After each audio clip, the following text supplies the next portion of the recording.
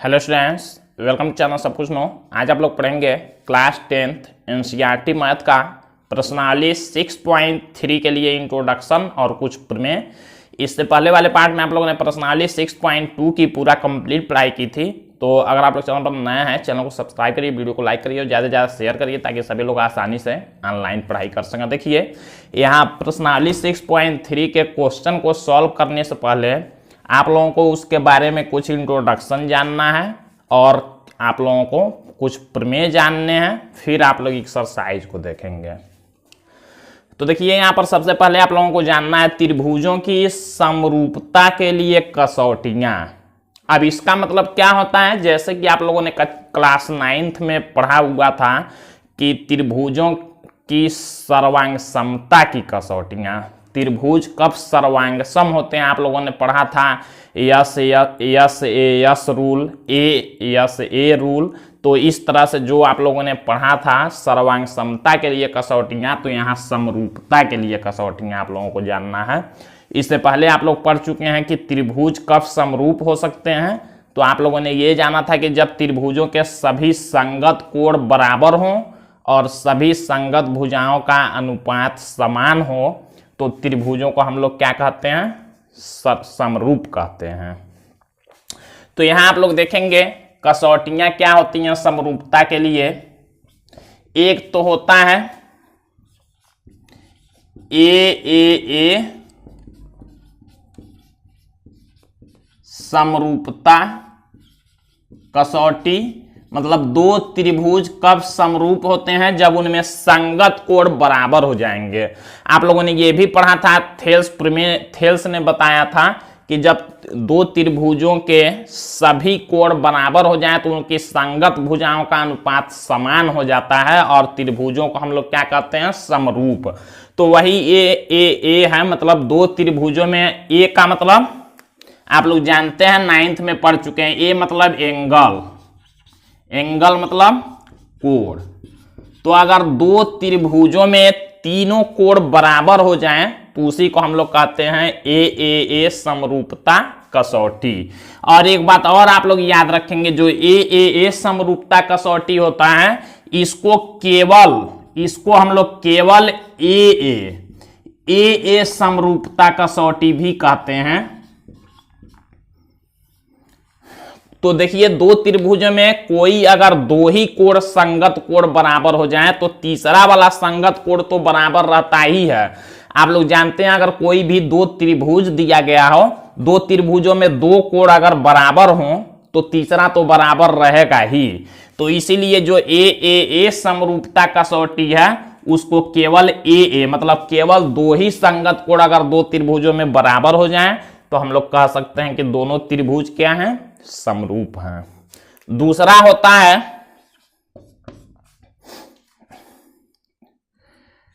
Yes समरूपता कसौटी। अब देखिए, यस समरूपता कसौटी क्या है, अगर दो त्रिभुजों में सभी संगत भुजाओं का अनुपात, यहां भुजाओं का अनुपात लेते हैं, ये बात याद रखेंगे आप लोग। जैसे मान लीजिए इस पहले वाले के लिए अगर हम लोग कोई दो त्रिभुज लेते हैं, दो त्रिभुज अगर मान लीजिए हमने ले लिया ABC और PQR। तो अगर देखिए A है P के संगत दोनों बराबर हो, अगर B Q के बराबर हो और C का संगत ये R है, ये बराबर हो, तो दोनों को समरूप कहते हैं। ये पहले वाले के लिए हो गया। दूसरे वाले में समरूपता कसौटी क्या है, अगर दो त्रिभुज कोई दिए गए हो, अगर मान लीजिए दो त्रिभुज ऐसे दिए गए हो, ABC हो गया, PQR हो गया, दोनों त्रिभुजों में संगत भुजाओं का अनुपात अगर बराबर होगा, ये नहीं कि संगत भुजाएं बराबर हो, ये तो सर्वांगसम के लिए करते हैं। यहां संगत भुजाओं का अनुपात मतलब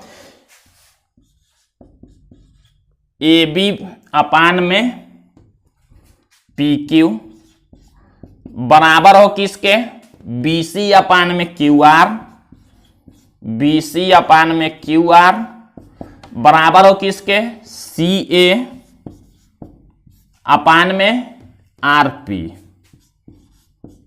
तो ये होता है क्या, यस यस यस समरूपता कसौटी। S मतलब होता है भुजा, तो भुजाओं का अनुपात अगर बराबर हो, संगत भुजाओं का, तो इसको हम लोग कहते हैं यस यस यस समरूपता कसौटी। हिंदी में इसी को कहेंगे भुजा भुजा भुजा समरूपता कसौटी। इसको कोण कोण कोण कहते हैं। अब देखिए तीसरा जो होता है, दो त्रिभुज कब समरूप हो सकते हैं, तो तीसरा होता है SAS।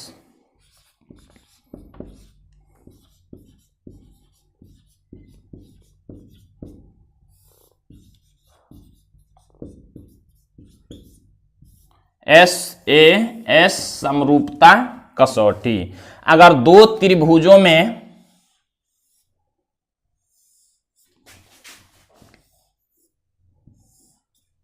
मान लीजिए यहां पर दो त्रिभुज दे दिए गए हों ABC और PQR। अब दो त्रिभुजों में अगर देखिए S मतलब क्या होता है, भुजा, साइड, A मतलब एंगल, ये आप लोग 9th में पढ़ चुके हैं, और S मतलब साइड। हिंदी में कहते हैं भुजा कोण भुजा। तो अगर देखिए दो भुजाओं का अनुपात और बीच का कोण बराबर हो जाएगा, तो हम लोग कहेंगे S मतलब देखिए भुजा, तो भुजाओं का अनुपात, दो भुजाओं का अनुपात और उनके बीच का कोण अगर बराबर हो जाए तो हम लोग कहेंगे SAS समरूपता से दोनों त्रिभुज क्या हैं, समरूप हैं। तो ये तीनों आप लोग याद रखेंगे। A होता है, उसके लिए केवल A मतलब दो ही कोण बराबर हो जाए तो त्रिभुजों को समरूप कह सकते हैं। और इसमें SS होता है भुजाओं का अनुपात, और इसमें SAS, तीनों आप लोग याद रखेंगे। अब हम लोग इसी तीनों को बारी बारी से प्रूव करेंगे प्रमेय की सहायता से। प्रमेय 6.3, 6.4 और 6.5 से हम लोग तीनों को प्रूव करेंगे। तो पहला वाला कसौटी जो A है 6.3 प्रमेय, अब हम लोग देखते हैं, इसको आप लोग जल्दी से नोट करेंगे। देखिए यहाँ पर प्रमेय 6.3 दिया गया है, यदि दो त्रिभुजों में संगत कोण बराबर हों तो उनकी संगत भुजाएं एक ही अनुपात में अर्थात समानुपाती होती हैं, और इसीलिए ये त्रिभुज समरूप होते हैं। देखिए यहाँ क्या कहा गया है, यदि दो त्रिभुज में संगत कोण बराबर हों, अगर संगत कोण बराबर होंगे तो यहां देखिए कह रहा है उनकी संगत भुजाएं एक ही अनुपात में होती हैं, और इसलिए इन त्रिभुजों को हम लोग क्या कहते हैं, समरूप कहते हैं। अब हम लोग इसको प्रूव कैसे करेंगे, तो सबसे पहले हम लोग फिगर बनाते हैं, दो त्रिभुज बनाएंगे।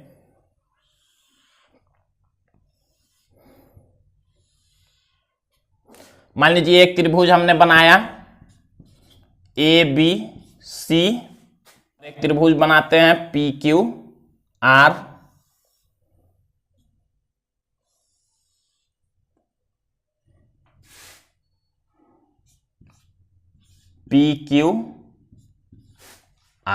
दो त्रिभुज हमने बनाया। इन्हीं दोनों को हमको प्रूव करना है कि अगर इनके संगत कोण बराबर हों तो क्या होंगे, ये इनका जो भुजाएं होंगी वो एक ही अनुपात में होंगी, अर्थात ये दोनों समरूप होंगे। ये हमको सिद्ध करना है। तो देखिए हम लोग क्या करेंगे, सबसे पहले हम लोग लिखेंगे हल में, ज्ञात है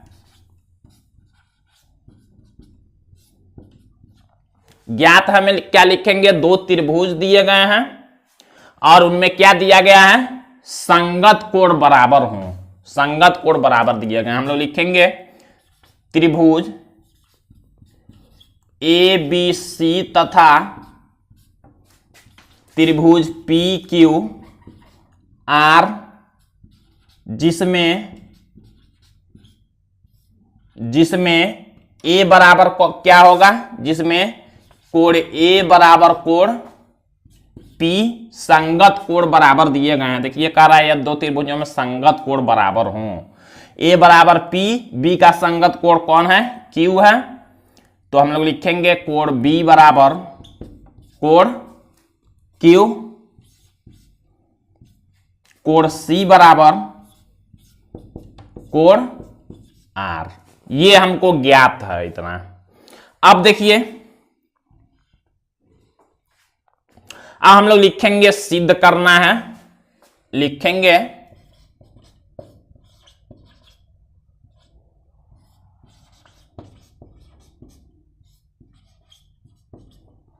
सिद्ध क्या करना है, ये ध्यान दीजिए। अगर संगत कोण बराबर हो तो उनकी संगत भुजाएं एक ही अनुपात में होती हैं, ये सिद्ध करना है। जब एक ही अनुपात में होंगी तो उसी को हम लोग कहेंगे समरूप हो गया, और कोण तो बराबर होंगे ही। तो हम लोगों को सिद्ध करना है उनकी संगत भुजाएं एक ही अनुपात में होती हैं, मतलब ए बी बटा में पी क्यू,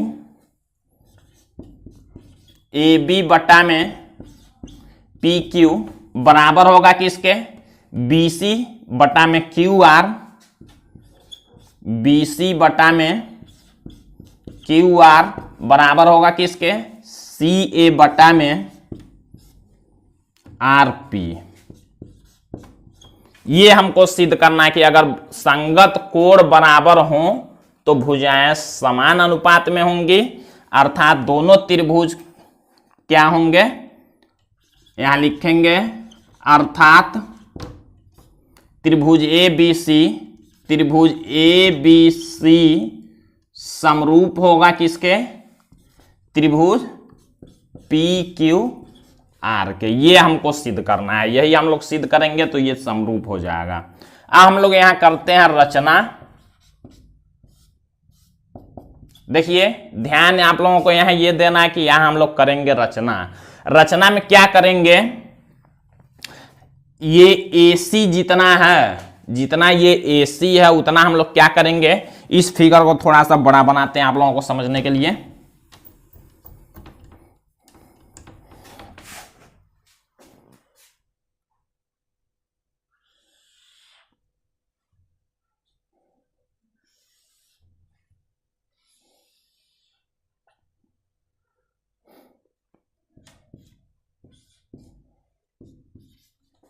अब देखिए इसमें हम लोग क्या करेंगे, ये जो AC है इतना ही दूरी लेके हम लोग क्या करेंगे, इस PR पर R से हम लोग उतना ही दूरी लेके यहां पर कोई बिंदु ले लेंगे। मान लीजिए हमने यहां पर कोई बिंदु लिया, कितना दूरी, जितना ये AC है उतना ही दूरी ये होना चाहिए R से यहां तक। मान लीजिए हमने ले लिया T, ये जो C से A तक का दूरी है उतना ही दूरी कौन है, R से T है। और C से B तक जितना दूरी है उतना ही दूरी मान लीजिए R से हम लोग ले लेंगे इधर U। अब क्या करेंगे, हम लोग T से U को मिला देंगे।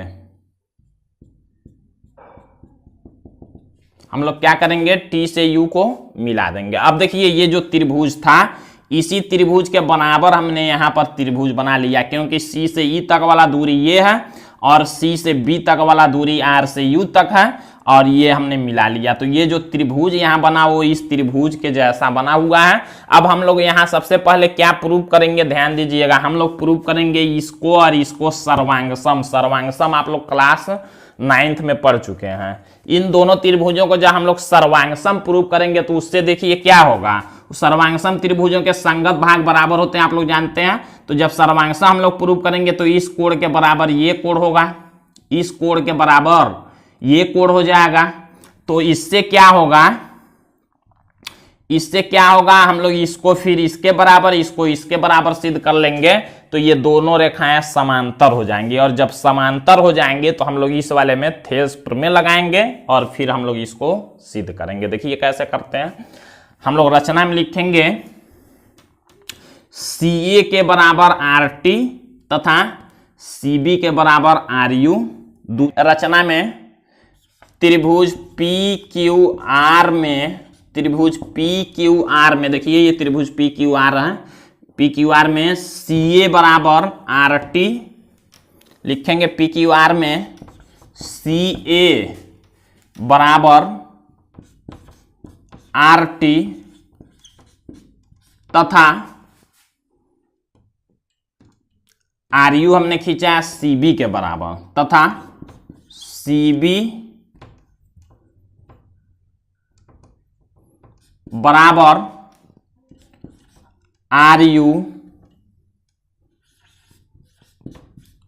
दूरी लेकर हमने क्या किया है, देखिए दूरी लेकर टी यू को मिलाया, लेकर टी तथा यू को मिलाया। अब देखिए इतना हम लोगों ने जब कर लिया, हम लोग दोनों त्रिभुजों को क्या करेंगे, सर्वांगसम करेंगे। हम लोग लिखेंगे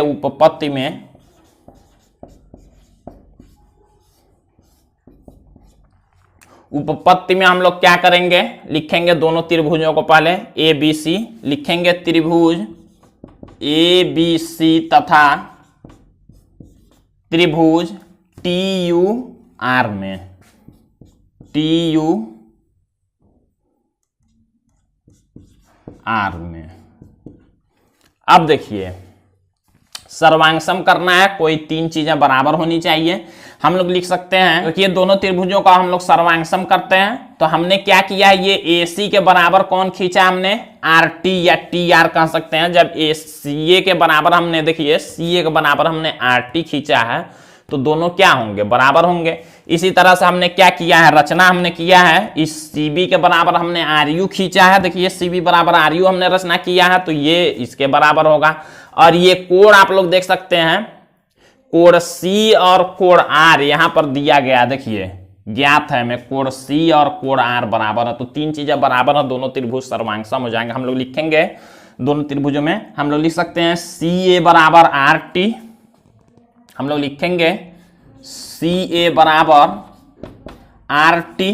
कारण क्या लिखेंगे हम लोग, सी ए बराबर आर टी क्यों है, यहां देख सकते हैं आप लोग, हमने रचना किया, तो हम लोग लिखेंगे रचना से।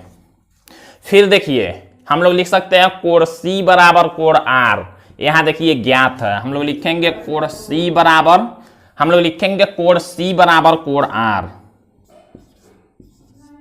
ज्ञात है। और देखिए हम लोग लिखेंगे सी बी के बराबर आर यू, यहां पर ज्ञात, यहां पर देखिए रचना से सी बी बराबर आर यू, रचना से। अब हम लोग क्या कह सकते हैं कि दोनों त्रिभुज ये और ये वाले त्रिभुज क्या है, सर्वांगसम है। हम लोग लिखेंगे इसलिए त्रिभुज ए बी सी सर्वांगसम होगा किसके, त्रिभुज टी यू आर के। किस रूल से, भुजा कोण भुजा द्वारा, एस ए एस द्वारा। अब देखिए जब दोनों त्रिभुज सर्वांगसम हो गए, ये और ये सर्वांगसम हो गए, तो इसके संगत भाग बराबर हो जाएंगे, मतलब ये कोण इसके बराबर हो जाएगा, फिर ये कोण इसके बराबर हो जाएगा, और ये कोण इसके बराबर तो पहले से दिया ही गया है। तो हम लोग लिख सकते हैं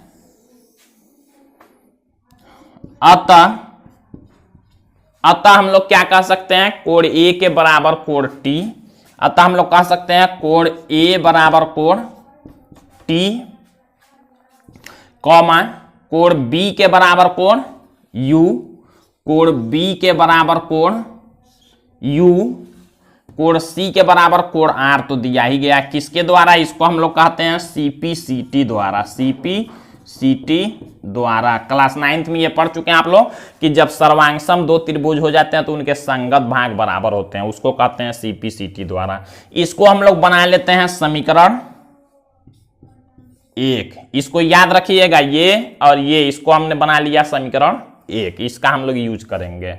अब देखिए ए के बराबर हो गया है टी, जबकि ए के बराबर क्वेश्चन में दिया गया है पी। बी के बराबर हो गया है यू, जबकि क्वेश्चन में दिया गया है बी के बराबर क्यू। जब ए के बराबर टी है, ए के बराबर पी है, तो टी के बराबर भी पी होगा। हम लोग लिख सकते हैं तथा ये जो क्वेश्चन में दिया गया इसको हम लोग समीकरण 2 बनाते हैं। देखिए हम लोग लिखेंगे तथा चूंकि कोण ए के बराबर कौन दिया गया है, कोण पी, कोण बी के बराबर दिया गया है कोण क्यू, कोण बी के बराबर दिया गया है कोण क्यू, यही दोनों हम लोग ए और बी वाला इसमें से ले लेते हैं, ज्ञात है में से, और इसको हम लोग बना लेते हैं, इसको लिख लेंगे ज्ञात है, और इसको हम लोग बना लेते हैं समीकरण 2। अब देखिए समीकरण 1 और 2 से हम लोग क्या देख सकते हैं, समीकरण 1 और 2 से जब हम लोग ध्यान देंगे तो देखिए a के बराबर t है, a के बराबर p है, तो t के बराबर p होगा, b के बराबर u, b के बराबर q। देखिए इस समीकरण को हम लोग देखेंगे, इसको अलग देखते हैं, इसको अलग, तो बायां साइड बराबर है तो दायां साइड बराबर होगा, इसी तरह से यहां देखिए बायां साइड बराबर है तो दायां साइड बराबर होगा। हम लोग लिखेंगे समीकरण 1 व 2 से, हम लोग लिखेंगे समीकरण 1 व 2 से। अब समीकरण 1 व 2 से क्या हुआ, ए है तो t बराबर p होगा, हम लोग लिखेंगे कोण t बराबर कोण p, कोण t बराबर कोण p, कॉमा b बराबर तो हम लोग लिखेंगे कोण u के बराबर कोण q। इसको बना लेते हैं समीकरण 3। अब देखिए क्या हुआ, हमने ये सिद्ध कर लिया कोण t के बराबर कोण p, देखिए, और कोण u के बराबर कौन, कोण q।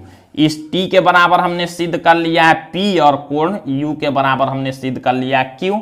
और जब ये कोण बराबर हैं, देखिए कोण यहां बराबर है इस रेखा के द्वारा, तो हम लोग कह सकते हैं ये दोनों रेखाएं क्या होंगी, समांतर होंगी, क्योंकि आप लोग जानते हैं संगत कोण है ये। देखिए ये दोनों कोण बराबर है, इसको कहते हैं संगत कोण, और जब संगत कोण बराबर हो तो रेखाएं समांतर होती हैं, और जब समांतर हो जाएंगी रेखाएं तो हम लोग अब यहाँ पर हम लोग क्या करेंगे, थेल्स प्रमेय लगाएंगे, और थेल्स प्रमेय के यूज से हमको जो सिद्ध करना है उसको सिद्ध करेंगे। इतना आप लोग नोट करेंगे, फिर हम लोग आगे लिखते हैं।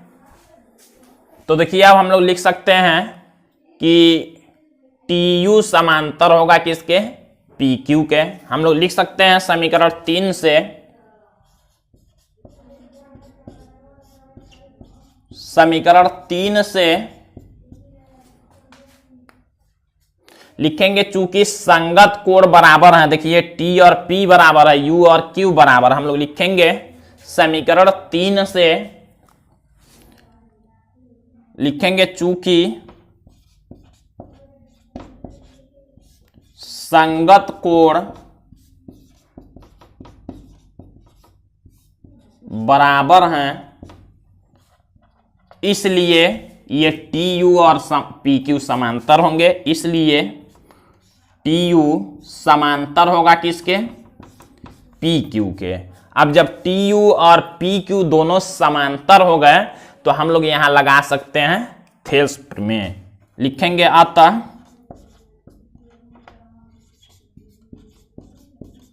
थेल्स प्रमेय से। अब थेल्स प्रमेय आप लोगों ने पढ़ा है, देखिए आप लोगों ने ये पढ़ा है कि RT बटा में TP बराबर होगा किसके, RU बटा में UQ के। इसी को आप लोगों ने एक रूल और पढ़ा था कि RT बटा में RP आप लोग लिख सकते हैं, इसको हमने प्रूव कराया था। जब थेल्स प्रमेय लगाएंगे या तो RT बटा TP, या तो हम लोग लिख सकते हैं RT बटा में ये छोटा वाला त्रिभुज का और ये पूरा बड़ा वाला त्रिभुज का RP। हमने क्या किया था, विलोम किया था, +1 किया था, तो ये हमको एक कंडीशन मिला था। तो हम लोग लिख सकते हैं RT बटा में, हम लोग लिख सकते हैं RT बटा में, इस छोटे त्रिभुज का हमने लिया, पूरा बड़े त्रिभुज का ले लेते हैं RP। फिर देखिए बराबर होगा किसके, इस छोटे त्रिभुज का हम लोग RU ले लेते हैं, RU बटा में बड़े त्रिभुज का RQ। अब देखिए हमको सिद्ध क्या करना है, यहां ध्यान देते हैं, हमको ये सिद्ध करना था। तो देखिए RT बटा RP, यहां नीचे RP आ गया, इस CA को हमको RT के जगह पर करना है। फिर देखिए RU बटा RQ या QR लिख सकते हैं, बात एक ही हुआ। तो यहां हमको करना है RU की जगह पर BC। कैसे करेंगे ये आप लोग देख सकते हैं, CA और RT दोनों बराबर हैं, यहाँ RT और C ये दोनों बराबर हैं। हमने यहाँ पर अभी रचना में लिखा हुआ है, हमने यहाँ मिटा दिया, आप लोगों ने लिखा होगा कि ये C ये क्या है, RT के बराबर हमने रचना किया था। तो हम लोग लिख सकते हैं RT के जगह पर लिख सकते हैं या CA बटा में आर पी, आर टी के जगह पर हमने क्या लिखा, ये आर टी और सी ए बराबर है, तो हमने आर टी की जगह पर सी ए लिखा बटा में आर पी और बराबर आर यू। देखिए आर यू किसके बराबर है, रचना से सी बी के बराबर है, तो आर यू की जगह पर हम लोग लिख सकते हैं सी बी अपान में आर क्यू। यही देखिए हमको प्रूव करना था। देखिए सी ए बटा में आर पी बराबर है किसके, सी बी बटा में आर क्यू। इसी को लिख सकते हैं हम लोग बी सी बटा में क्यू आर, इसी को लिख सकते हैं। और देखिए एक और बराबर करना है, तो एक और के लिए हम लोग लिखते हैं इसी प्रकार हम लोग क्या करेंगे, जैसे सी ए बटा आर पी के बराबर आया है कौन, सी बी बटा आर क्यू, तो इसी तरह से सी ए बटा आर पी के बराबर हम लोग इसी प्रकार लिख सकते हैं सी ए बटा आर पी के बराबर कौन, ए बी बटा में पी क्यू। जब सब आपस में बराबर हैं अतः हम लोग क्या कह सकते हैं, अतः हम लोग कह सकते हैं कि ए बी बटा पी क्यू, इसको हम लोग अतः हम लोग लिखेंगे क्या, ए बी बटा पी क्यू बराबर बी सी बटा क्यू आर बराबर सी ए बटा आर पी। यही हम लोगों को प्रूव करना था। और जब संगत कोण बराबर है, संगत भुजाएं उनका अनुपात आ गया समान बराबर, तो हम लोग कहेंगे दोनों त्रिभुज क्या है, समरूप हैं। तो इससे आप लोगों को ये पता चलेगा कि अगर दो त्रिभुजों में केवल संगत कोण बराबर हो तो दोनों त्रिभुजों को हम लोग क्या कहते हैं, समरूप कहते हैं। यही ए कसौटी है, ए कसौटी को हम लोग ए कसौटी भी कहते हैं। तो इस तरह से आप लोग इसको प्रूव करेंगे, यहां नीचे लिख लेंगे। इसलिए त्रिभुज ए बी सी समरूप होंगे त्रिभुज पी क्यू आर के, ये लिख लेंगे। अब बाकी के बचे हुए प्रमेय आप लोग अगले पार्ट में देखेंगे। तो आज के लिए बस इतना ही।